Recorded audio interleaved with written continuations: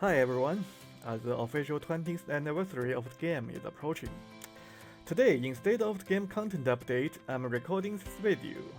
There will be other videos to come in the following days as well, covering different topics.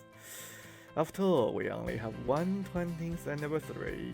On the other hand, I may have an eternity to update this game. Alright, this is a joke. Unlike some rumors among some of you, I have not achieved immortality yet, at least not at this moment. But I do have achieved 20 years of constant game updates. Many great things have humble beginnings.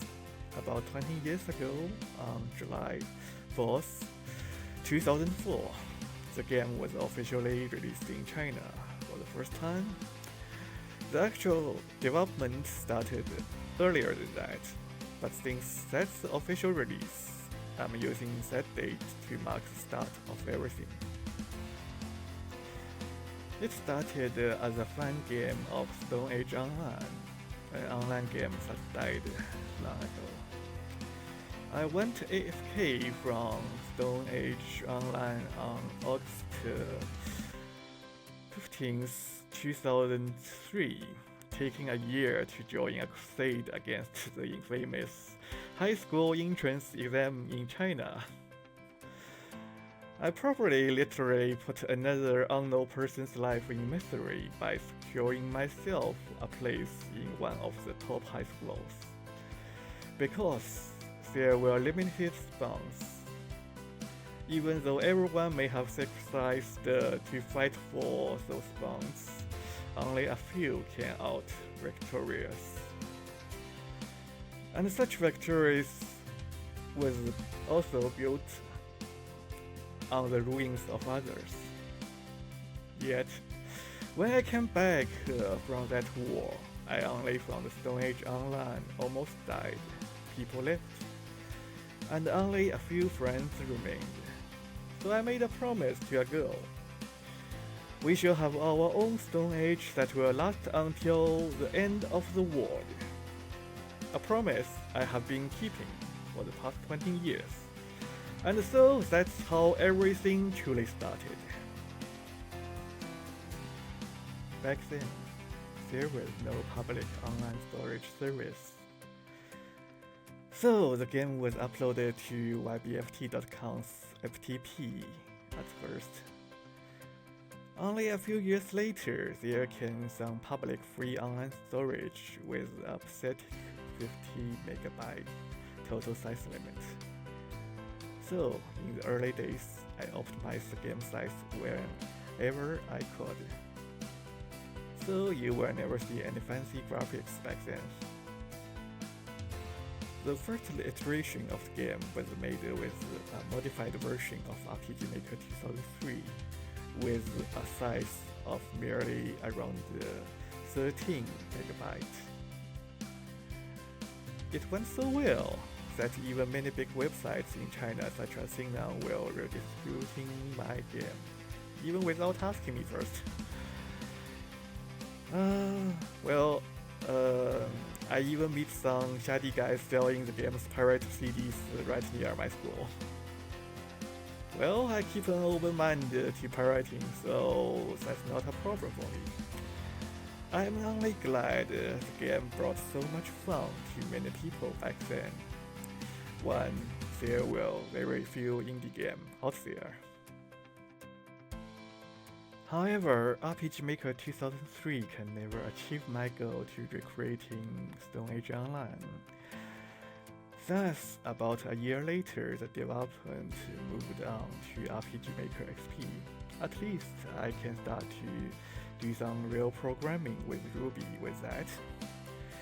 Back then, RPG Maker XP was a cutting-edge engine that was publicly available when Unreal and Unity either did not exist or were far from a common indie developer's reach. Many of its code structure for making an RPG game can still be a textbook example to this day.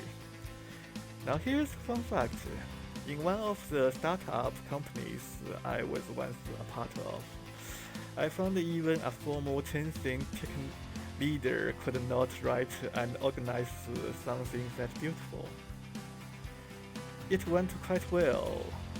You may even say I remade Stone Age Online into a single-player RPG with all kinds of other crazy stuff.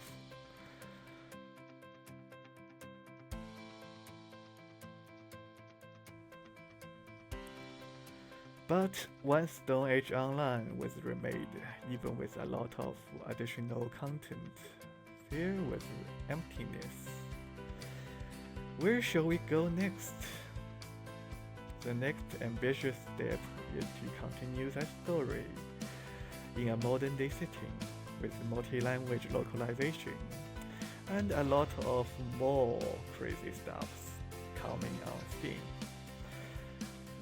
Of course, I cannot release a game with any of Stone Age's assets because of copyright issues, even though the copyright owner may have been long dead.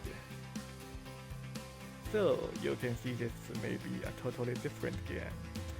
Yet the story keeps going on. Compared to its past history, the game has only been on Steam for a few years, but somehow it has already outlived some big brand games. I don't understand those kids nowadays. They put their games in early access, then abandoned it just a year later, betraying the trust of their players. As someone who has kept a promise for 20 years, I don't know how a developer can do that. Maybe the industry is too business nowadays. Well, the good news is Neolithic is more a mission than a business. I will not be like them. I don't even care about sales. After all, the most glorious moment of the game, back in 2007, has long gone. Yet the game just keeps going. Yes, during the past 20 years, almost all other games from that era died. Even sites that once hosted the game did not last as long as the game itself. The game outlived YBFT.com, one of the BBS pioneers in China. The game outlived Liu Liu RPG and DIY RPG, which were the biggest RPG maker firms in China. The game also outlived some companies I once worked with.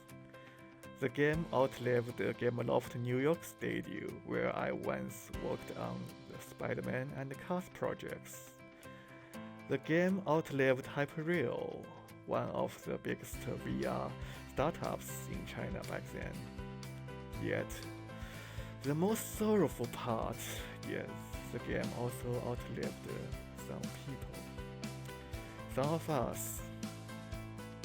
But as Hemingway once said, every person has two deaths.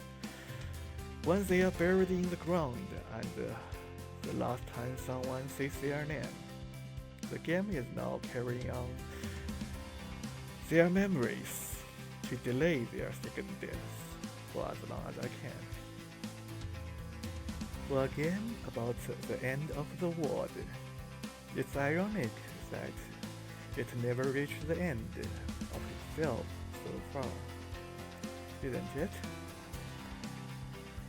But even though this game is already the longest lived RPG in China, it's not like the game will last forever. Just like many things in history, I do not expect thousands of years later everything I have done today will still be remembered by someone. In fact, most of the people will be forgotten in history.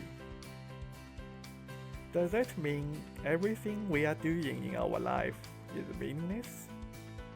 Oh well, maybe it is. Hey, you are not expect me to say that, right? You want to struggle and change your fate if you know something bad is about to happen. It's natural. But I'm looking at the problem from a different perspective of view. I don't think reaching the realization that life is meaningless on the scale of the universe should be something despairing. It's the opposite. For I achieved such realizations, and still, after taking this game, those who have such resolution shall be happy.